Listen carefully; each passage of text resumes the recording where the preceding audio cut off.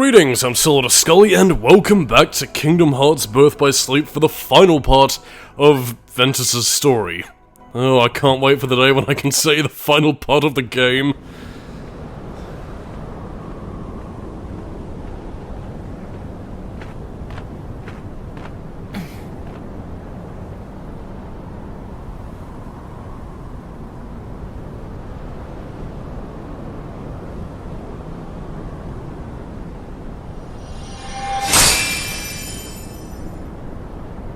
Friends forever.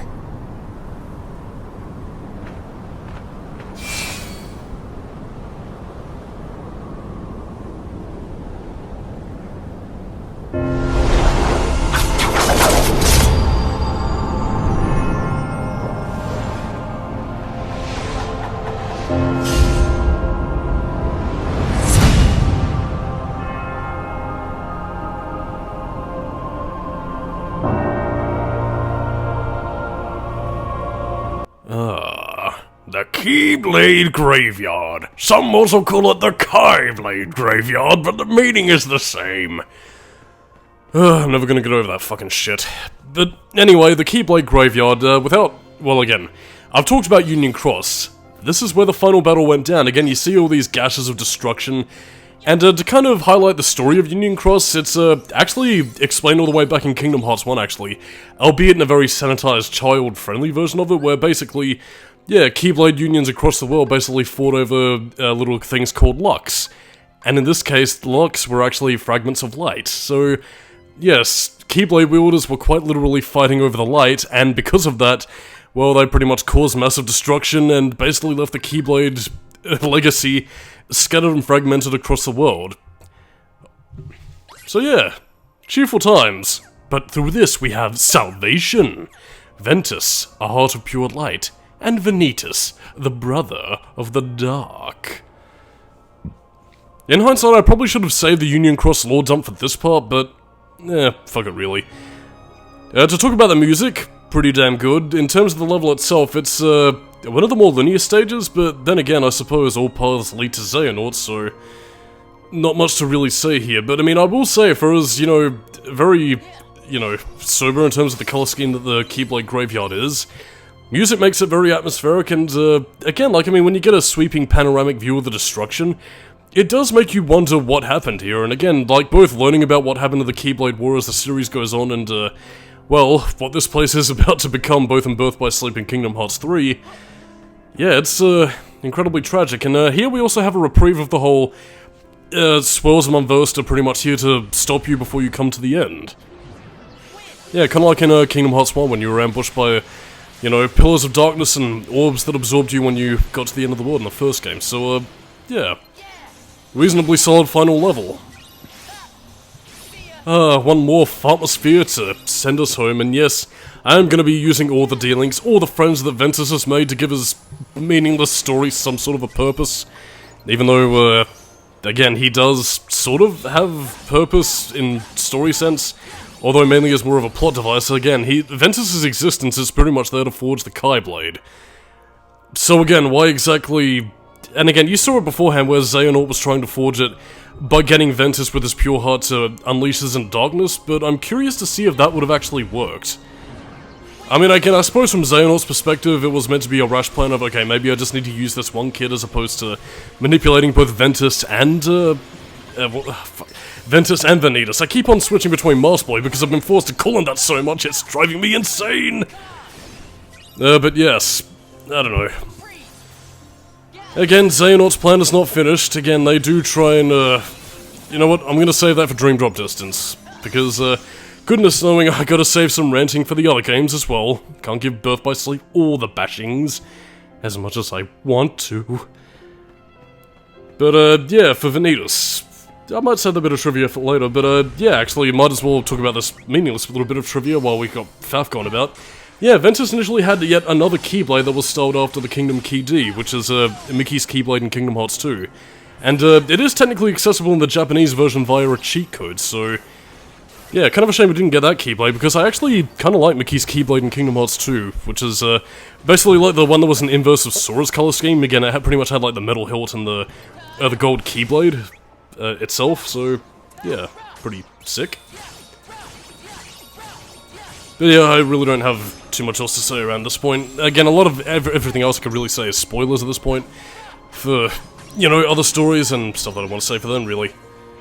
By the way, these are the enemies that I didn't go around to talking about beforehand. These are basically the enemies you fight in the Olympus Coliseum.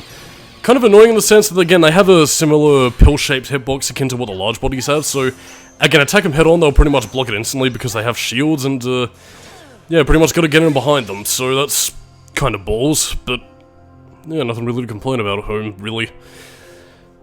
Yeah, the only reason why I'm really going after all these tornadoes is so you can get access to the treasure chest. If you do happen to have Super Glide, it is possible for you to sort of weave your way through these tornadoes and just get to the end of the canyon easily, but you know what, I figured I might as well just show them off for all they're worth, give our D-Links one last chance in the sun to shine, and again show the breadth and scope of the game's mechanics to as decent ability as I possibly can. I mean, again, I have pretty much all the character stories recorded at this point, you know, all the gameplay footage is done. It's, yeah, I gave this game about as thorough a look as I can possibly give you, so, yeah.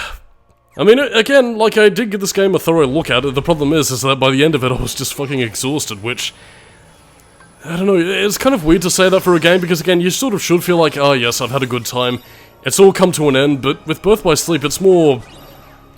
I don't want to say it's a similar vein to Sonic Heroes, but again, it's similar but not quite as bad in the sense that there are parts of Birth by Sleep that I like, but by the end of it I'm just happy that I'm done with the game as opposed to being, you know, happy that I'm done with the game, where I'm like, oh, that was a good experience. A game that I finished I can put away for a while like any good game should, but... I'm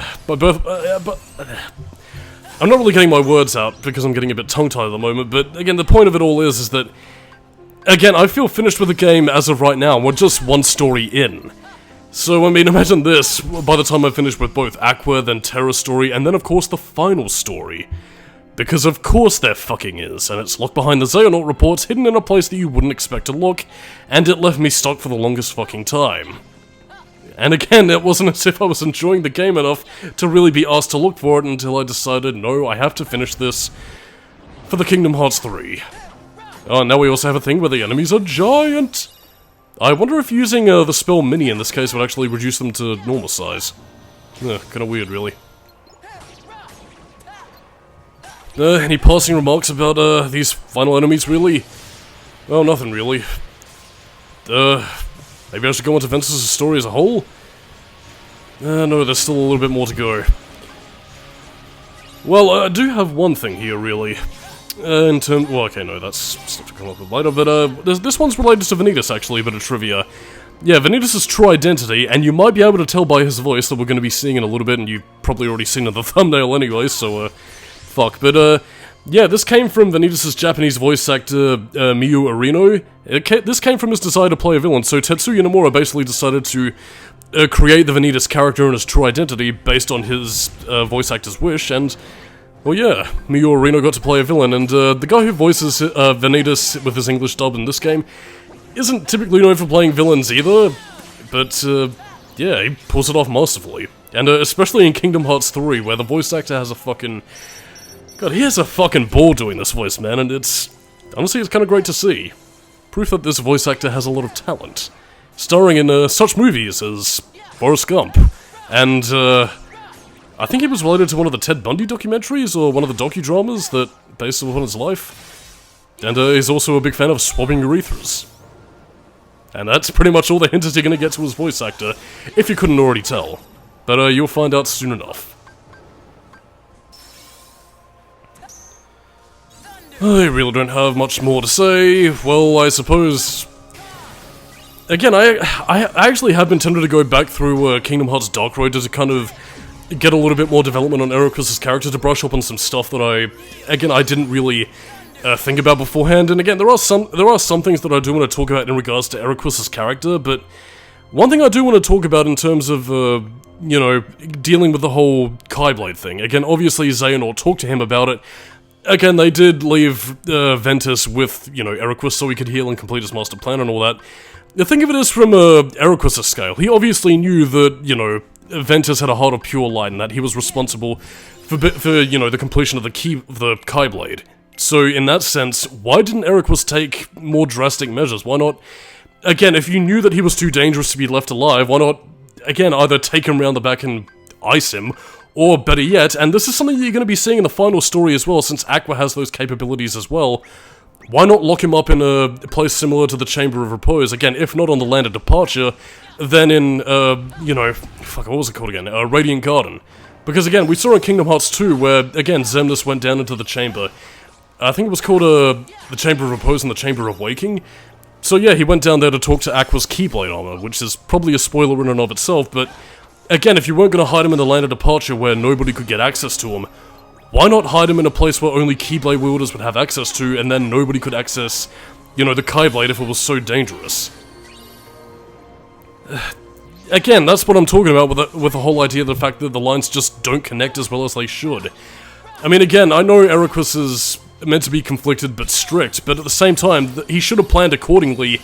You know, if his dogmatic hatred against the darkness and, you know, forbidden knowledge with, you know, the whole Keyblade, Kingdom Hearts, whatever fiasco was too great a curse to bear, so really, he did nothing to stop any of this, which kind of puts the burden more on Ericus as opposed to his students, or at the very least, sort of palms off a bit of the blame for not adequately training them. Which I guess might be part of the point, but again, it's part of the development of the characters in this game specifically that just rubs me the wrong way. Again, I mean, these characters do get better as they, you know, return in Kingdom Hearts 3 and, you know, their arcs are paid off and, you know, the characters do learn lessons and especially as you're going to be seeing as we go on in the stories, like, towards the end of it, I do genuinely like, you know, Ventus, Aqua, and Terra, to some extent, mind you, but the problem is that a lot of these lines just...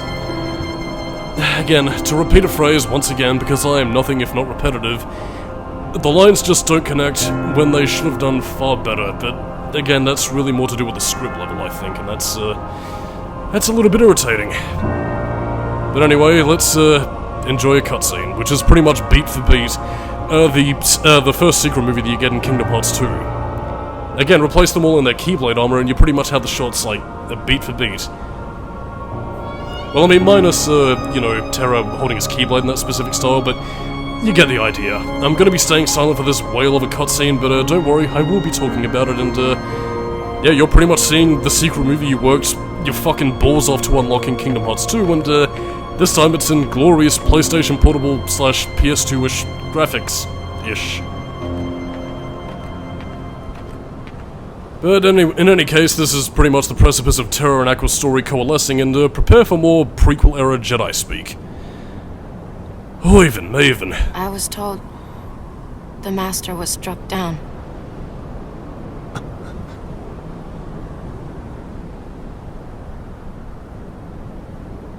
Yes, that's right. I was stupid and helped Xehanort do it. The Master. He tried to hurt Ven. I only fought because I wanted to protect him. But I was tricked.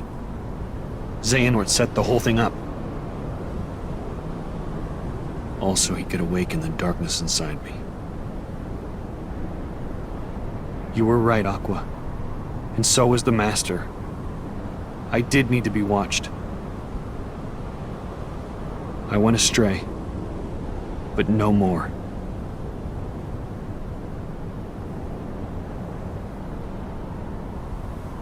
What else is darkness but hate and rage? Xehanort is feeding the dark fires within you, making you fight. You'll go astray again. Tell me, how does that honor our Master's memory, Terra?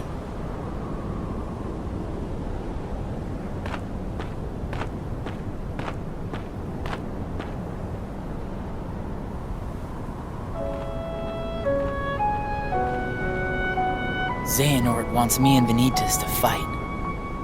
And make some kind of Keyblade. Also pronounced Keyblade.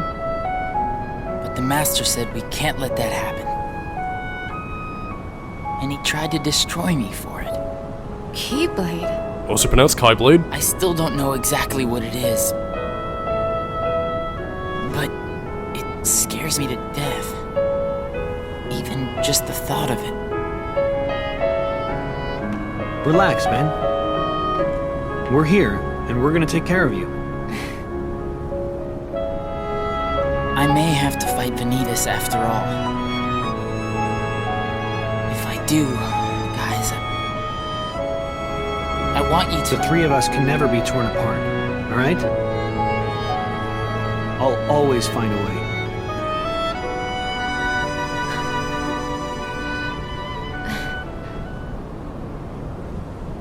I'm asking you, as a friend. Just... put an end to me.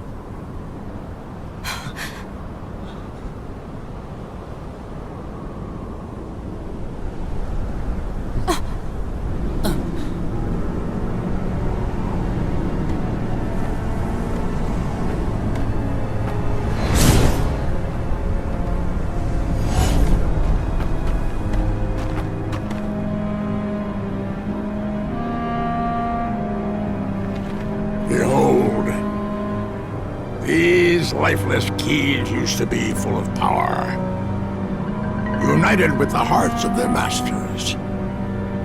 On this barren soil, keyblades of light and darkness were locked in combat, as a great keyblade war raged.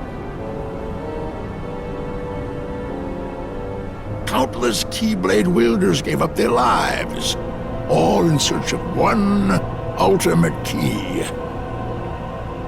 And it will soon belong to me.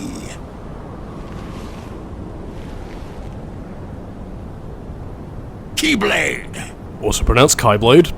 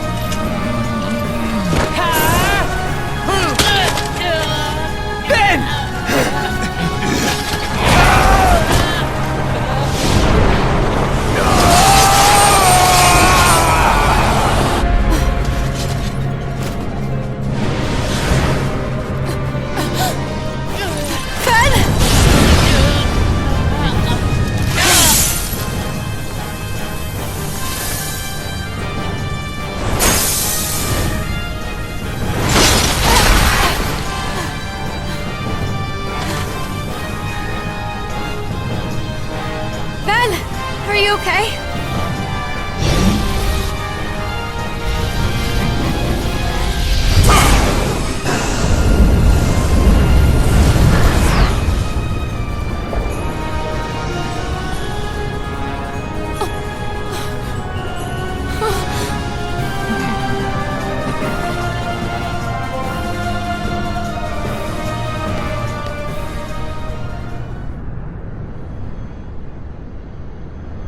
How about you leave the popsicle with me, so you can go have your little fight with Terra? You can't be too happy about him deep-sixing your master. Who are you?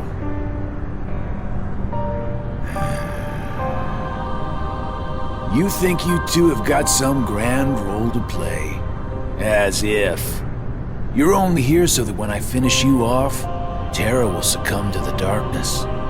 So, who wants to go first? Shut up! Oh, so this kiddo thinks he's a full-fledged Keyblade wielder. He's got the angry look down. Go ahead if you want to waste your time. Keep trying to drive us apart with your mind games. It'll never work.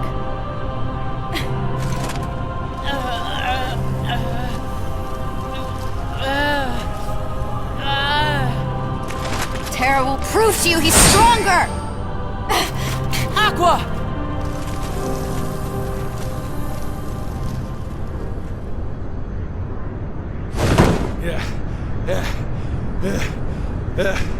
I keep forgetting don't mess with Keyblade wielders. But you know what? That just means I made the right choice. Well, he wanted me to buy time, and I'd say he got it. What? Ven!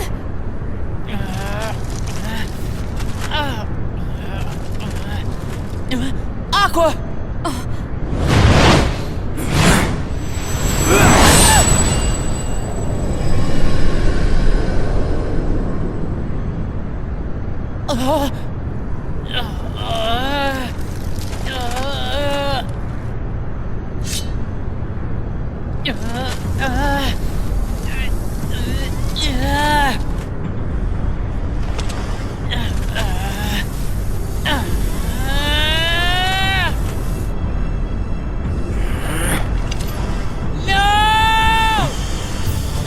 Holy fuck, look at that boy, dude! He's so angry, his anger melted the ice. But yeah, this is pretty much our final boss of the game, Ventus, and he does have two phases, the first of which we're seeing here, and the second we'll see a bit later on, but now that Ventus is strong enough to finally clash with Ventus, well yeah, we pretty much have no choice but to fight him, and again, to give the Keyblade Graveyard cutscene between Aqua's Terra and Ventus credit, again, like, I mean, you saw in that cutscene how the characters, again, they're united, again, they know what they're doing and they have a goal to accomplish. They become much more likable characters, which, again, had this happened earlier on in the story, or had their fall from grace been handled, if not a little bit better, or there never had been a fall from grace to begin with, and they were all manipulated by Xehanort at the same time, then maybe I might be singing a bit of a different tune, but, again, all to be revealed when we get to Aqua and Terra's story. In the meantime, though, yeah, Ventus' new attack, you saw it a little bit in the second fight, but yeah, he also likes to jump into the ground and use an attack similar to what Terra actually gets for one of his command styles, where, yeah, he launches out of the ground and pretty much pips you. Gives you a bit of a Darkness B-Day splash, so to speak. But yeah, again, using status effects like Zero Gravity Magic is pretty much your saving grace here, but at the same time, some of your more powerful commands like Salvation and Faith do put the work in, so pretty solid. And yeah, just don't get too many hits on the guy and you should be okay. Because otherwise he'll be helm-splittering you to the ends of the earth, just like Terra's penultimate Keyblade. That being said though, yeah, remember when I said to grind to at least level 40 before getting to Neverland? Well, yeah, that's also the level you need to be at before you attempt any of these bosses, otherwise they'll pretty much eat you alive and still have room for your pussy. And I will say though, despite the fact that, yeah, again, the whole secret movie recreation in PS2 graphics isn't quite as good as it should be, I will say though that again they do replicate some of the effects, you know, from the secret movie quite nicely. Like again, Ventus surfing on Keyblades and, you know, Xehanort, you know, using his whole Keyblade thing and rising pillars out of the ground, as you'll see when we get to Terra's story. It's also handled rather nicely, but yeah, I guess maybe it just doesn't look very impressive because we saw it in, you know, very cinematic movie style CGI, so I don't know. I still think it has a bit of a unique charm in and of itself, but yeah, that's neither here nor there in this case anyway, once we get the final hit on Ventus. Now, the Keyblade, also pronounced Kai, can finally be complete. And it's here where we get our big revelation as to who Ventus truly is. You've done it, Ventus.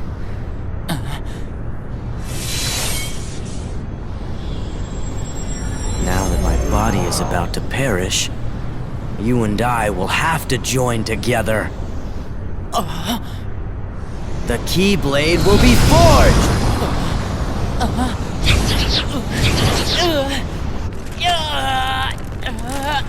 The inverse come from you? It happened when you and I were split into two. The negativity took shape as these monsters. They are what I feel. A horde of fledgling emotions under my control. I released them in all the worlds I could, hoping to lure you away from home and isolate you from your master. We needed to make you stronger. The Unversed were the perfect opponents. And better yet, no matter how many times you defeat them, their negativity flows right back into me. You never stood a chance against us, Ventus.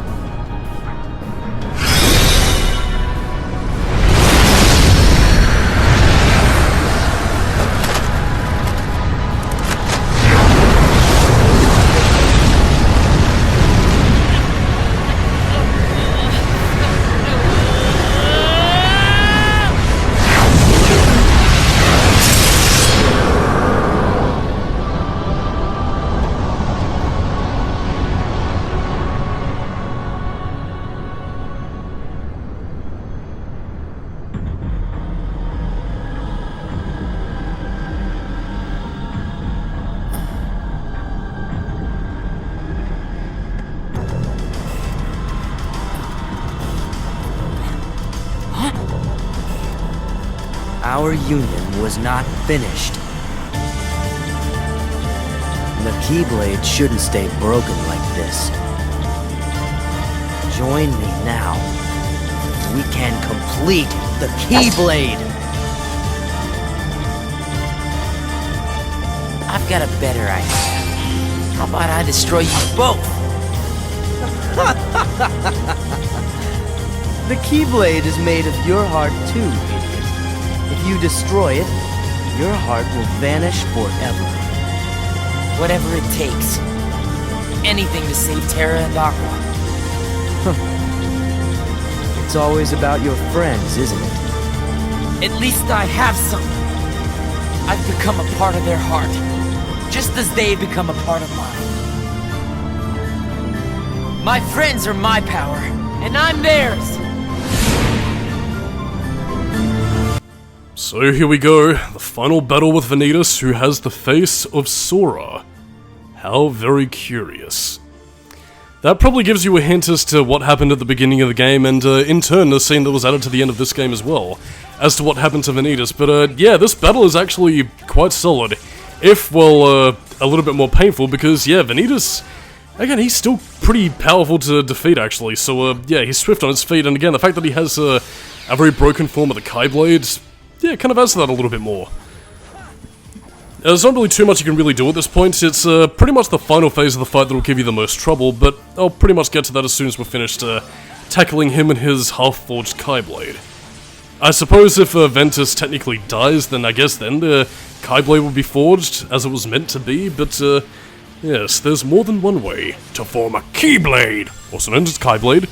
And yes, that is going to be a running gag. I hope you're ready to be annoyed all throughout the rest of Kingdom Hearts. But anyway, when you take care of Ventus' form right here, it's here where things begin to, well, fall to pieces. Quite literally, I might add, because yes, Ventus' heart has been destroyed. And as a final desperate measure, since Ventus is connected to Ventus, yeah, in order to save his own life and prolong the battle, he's actually de-linked with Ventus. So yes, you can actually use some of Ventus' attacks, and you pretty much need to use the analog stick to go into a bit of a Sonic Rush kind of battle thing, and to build up the gauge before you finally get the last word in. Now, this is a bit of a pain in the ass, and as you can see with my health getting ever lower, yeah, I actually nearly die here, which is a bit of a pain in the ass, but I did learn of a strategy from the Hellfire Comms playthrough, and it's something that I wish I'd learned beforehand, but yeah, if you want an easy time beating Ventus, use your Shotlock. Shotlock spam Ventus to hell and back. Or sorry, the Realm of Darkness. Gotta keep it PG. But yeah, use the Shotlock and you'll pretty much insta-kick Ventus' ass. But I mean, again, it can use a Dark Splicer and, you know, some dash abilities to take him down, but that's a little bit more risky, and again, since you're pretty much dealing with Ventus, you have no healing abilities, so yeah, it's pretty much a fight to the death, really. But I mean, again, it is worth it to get the last word in. Quite literally, that's our finisher in this case. The last word. And again, when you get into these little Keyblade clashes with Ventus, this is pretty much your way of building up the biggest amount of, again, the D-Link gauge. I really should have used the fucking Shotlock, and I wish I did, but yeah, I also probably should have been clashing with Ventus a lot more than I should have, but anyway, we're finally gonna get the last word in. Ooh, this is gonna be sick. But again, this does come with a great cost, because Ventus' heart is destroyed, as is the Keyblade, so he saved the world, but at cost to himself.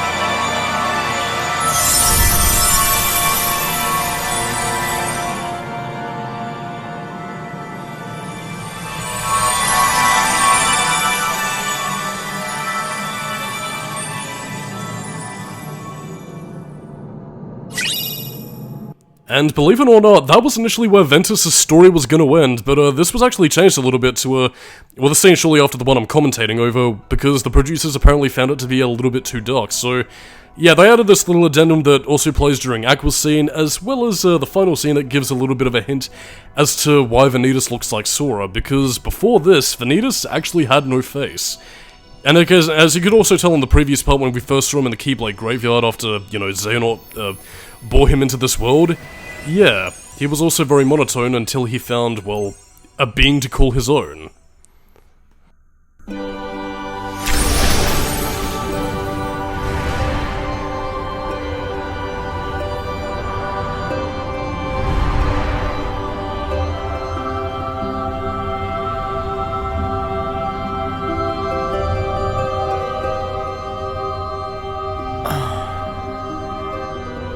This place.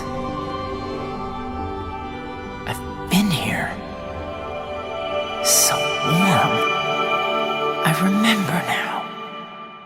This is your heart. Yes, but whose heart is it? We'll find out. And yeah, we're not viewing the whole credits at this point because I'm pretty much saving that for the final story, so fuck that. Anyway, that's the end of Ventus' story. To quickly sum up, Terra! I want to make friends. Then nothing in between now and then. Then, holy shit, I'm part of Union Cross. Holy shit, the Keyblade. Holy shit, Ventus. Why does he look like Sora? Oh, Xehanort, blah, blah, blah. So yeah, it kind of has a bit of a Sonic Unleashed problem of front-loading its story at the beginning of the game, then at the end, and then everything's just all a bit of a mushy pea mess of peas and potatoes and fiddle-dee-dee. So yeah, not really too big of a fan of Ventus' story, but I do like the character for what he's worth, so again, he does get better, and again, he does go on to do better things in Union Cross and Kingdom Hearts 3, so on that note, I'm Solidus-Skully, and next time we're tackling Aqua's story, so catch you next time. Bye-bye.